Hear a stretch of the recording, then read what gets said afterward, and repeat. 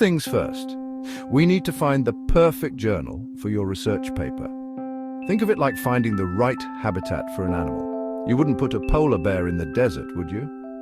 You want to make sure your research aligns with the journal's scope and reaches the right audience. Consider what other researchers in your field are reading. And don't forget about the impact factor. This tells you how influential a journal is, kind of like a popularity score for scientists. Before you start experimenting, you've got to know what's already out there. That's where the literature review comes in. It's like detective work. You're searching for clues in existing research to understand the big questions in your field. What's been answered already? What mysteries remain unsolved? This is your chance to find the missing piece of the scientific puzzle that your research will address. Now that you're an expert in your field, it's time to focus your research. A clear and concise research question is crucial. It's like setting a course for your scientific voyage. Without it, you'll just be drifting at sea. Your research question should address a specific gap in the literature and be something you can realistically answer with your research.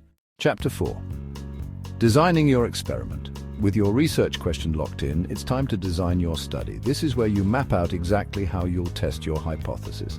Think of it like building a robot. You need the right materials, tools, and instructions to make it work. You'll need to determine your study design, figure out how many subjects to include, and choose the methods for data collection. Remember, a well-designed study leads to reliable results. Chapter 5, Data Collection and Analysis. Time to roll up your sleeves and get some data. This is where the real fun begins. Think of yourself as a scientific detective, carefully gathering evidence through observations and experiments. Whether it's numbers, images, or observations, make sure you're collecting it systematically and accurately.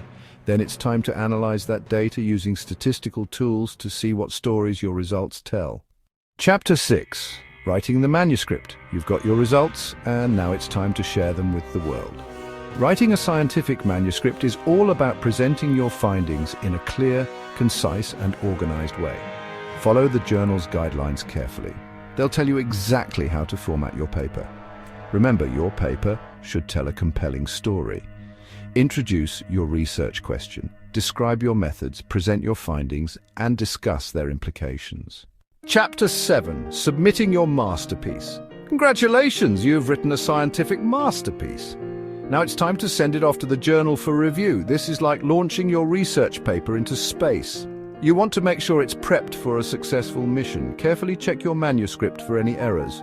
Write a compelling cover letter that highlights the importance of your research. Make sure you followed all the journal's guidelines. Then hit that submit button and get ready for the next stage of your scientific adventure.